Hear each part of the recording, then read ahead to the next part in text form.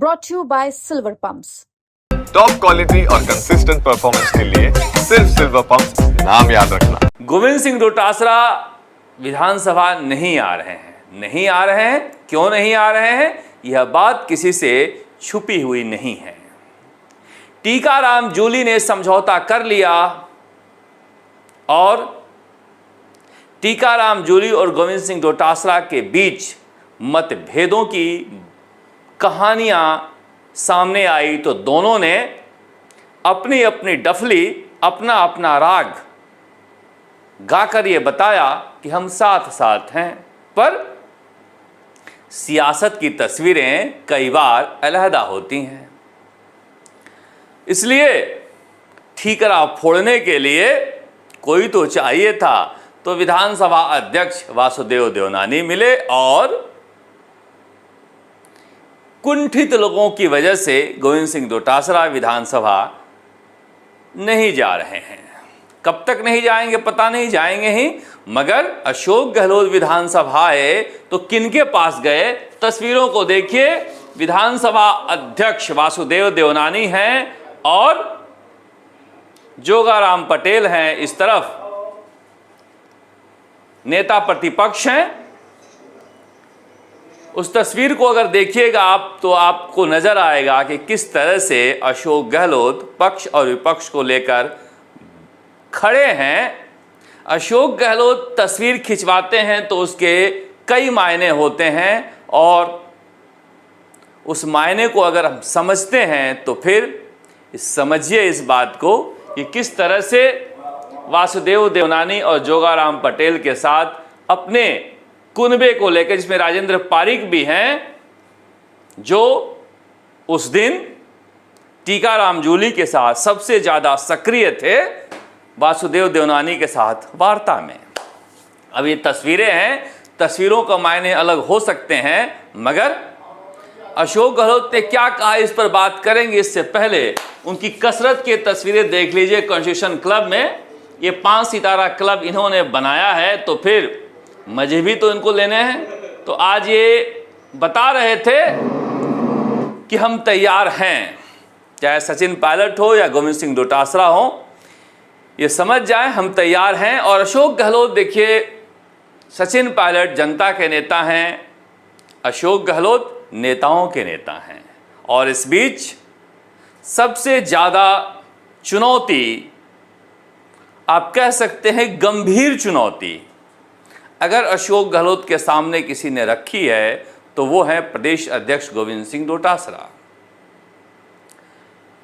डोटासरा एक ऐसे नेता के रूप में राजस्थान में स्थापित हुए हैं जिन पर कांग्रेस आलाकमान का भरोसा है, जो कि सचिन पायलट के साथ दिखता तो था मगर जब भी जरूरत पड़ी वो भरोसा हो नहीं पाया। और अशोक गहलोत यहीं से गोविंद सिंह डोटासरा से कमज़ोर दिखाई देते हैं, तो फिर इनका जो पलटने का वार होता है उसका कोई सानी नहीं होता। ऐसा पहली बार हो रहा है कि कोई प्रभारी आ रहा है और इनके दर पे नहीं जा रहा है। प्रदेश अध्यक्ष बार बार हर चीज़ को पूछने के लिए इनके दर पर नहीं जा रहा है, वरना हमने देखा अविनाश पांडे और सचिन पायलट अशोक गहलोत के दर पर कैसे खड़े रहते थे। पर वक्त बदल चुका है। गोविंद सिंह डोटासरा जानते हैं कि अशोक गहलोत दिल्ली के दरबार में अब खत्म हो चुके हैं, मगर नेताओं के नेता हैं वो। ना केवल उन्होंने तस्वीर खिंचाई वासुदेव देवनानी और जोगाराम पटेल के साथ, बल्कि जो कुछ कहा ध्यान से सुनिएगा तो समझ में आएगा। मैं समझाऊंगा, एक बार सुनिए आप। मंत्री और मुख्यमंत्री नए बने हैं, हमारी पार्टी ने तय किया था, विधायक दल ने, जूली जी ने, डोटासरा जी ने, इनको मौका देना चाहिए। नए मुख्यमंत्री बने, पहली बार एमएलए बने, मुख्यमंत्री बना दिए गए, इनको मौका देना चाहिए, अवसर देना चाहिए। और कांग्रेस ने लगातार आप देख लीजिए लगभग 1 साल से ज्यादा हो गया है, वो आंदोलन खड़ा नहीं किया, बल्कि अपनी बात कही मीडिया के माध्यम से। इनको समझ आना चाहिए कि हम जो कहना चाहते हैं मुझे इंटरेस्ट के अंदर है, खुद के। गवर्नमेंट अगर अच्छी चलेगी, अच्छी गवर्नेंस होगी, हमने एक साल में कोई आंदोलन खड़ा नहीं किया। अशोक गहलोत कहते कहते और क्या कह जाते हैं, ये समझने वाले अगर समझे तो फिर आप समझिए कि अशोक गहलोत ने सीधे सीधे मौजूदा कांग्रेस को कह दिया है कि हमने एक साल में कोई आंदोलन नहीं खड़ा किया। अब इसको कैसे कहा जाए? सीधे सीधे कहा जाए तो फिर ये बात हो जाएगी कि मौजूदा कांग्रेस के नेतृत्व पर ये हमला है। इसलिए उन्होंने कहा कि अभी नए नए आए थे, नए नए मौका देना था, इसलिए हमने कोई एक साल तक हमने हमला नहीं बोला। आगे उन्होंने यह भी समझाया कि कैसे पक्ष और विपक्ष दोनों मिलकर सकारात्मक राजनीति कर सकते हैं और पक्ष के बिना विपक्ष बेकार है और विपक्ष के बिना पक्ष बेकार है। ये किसे समझा रहे थे? गोविंद सिंह डोटासरा को, कि विपक्ष जरूरी है, इसलिए आप रूठिए मत और चले भी आइए। मगर कल ये दौरे पर निकल रहे हैं और दौरे का रूट जो दिया गया है उसमें ये बताया गया है कि किन किन रास्तों से दौसा, सिकराय, महुआ होते हुए वो भरतपुर जाएंगे और उसके बाद 23 मार्च को उसी तोतुका भवन में जहां पर गोविंद सिंह डोटासरा ने होली मिलन समारोह रखा था, ठीक उसी जगह पर अशोक गहलोत शहीद परिवारों का सम्मान करेंगे। उस दिन नहीं आए थे मगर 23 तारीख को उसी जगह पर जाएंगे। देखिए, गोविंद सिंह डोटासरा दिल्ली में मजबूत हो चुके हैं और ये बात छिपी हुई नहीं है कि प्रभारी हो या फिर संगठन महासचिव हो, गोविंद सिंह डोटासरा पर उनका भरोसा है और गोविंद सिंह डोटासरा की ताकत यही है। और अशोक गहलोत को पहली बार सचिन पायलट की चुनौती नहीं दे पाए थे, जहां से चुनौती मिलती हुई दिखाई दे रही है, जिसके बाद उन्होंने विधानसभा में गतिरोध के समय सक्रियता दिखाई थी। टीकाराम जूली एक सर्वमान्य नेता हैं जो आसानी से सचिन पायलट के घर जाकर चाय पी लेते हैं और गोविंद सिंह डोटासरा के घर भी जाकर चाय पी लेते हैं, लिहाजा वो सबसे अच्छा दांव है अशोक गहलोत का।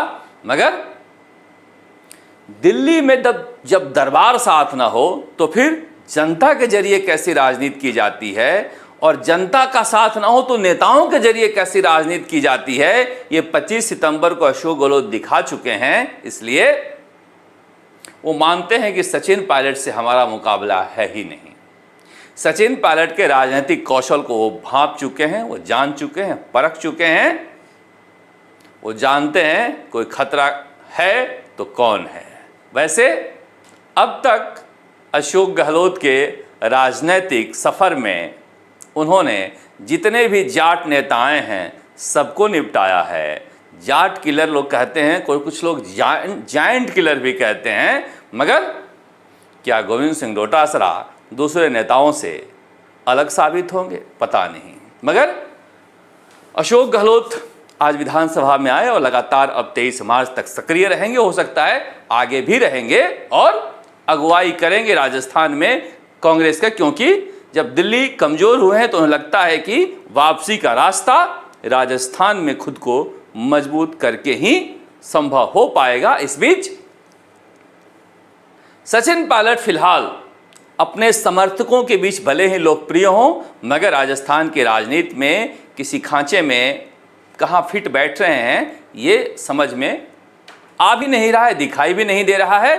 बेहतर यही होगा कि सचिन पायलट और गोविंद सिंह डोटासरा मिलकर 1 और 1 11 बने, अगर राजस्थान की राजनीति में प्रासंगिक रह पाना है तो, वरना पिछले 40 सालों में राज तो अशोक गहलोत का ही चला है और आगे भी चल सकता है।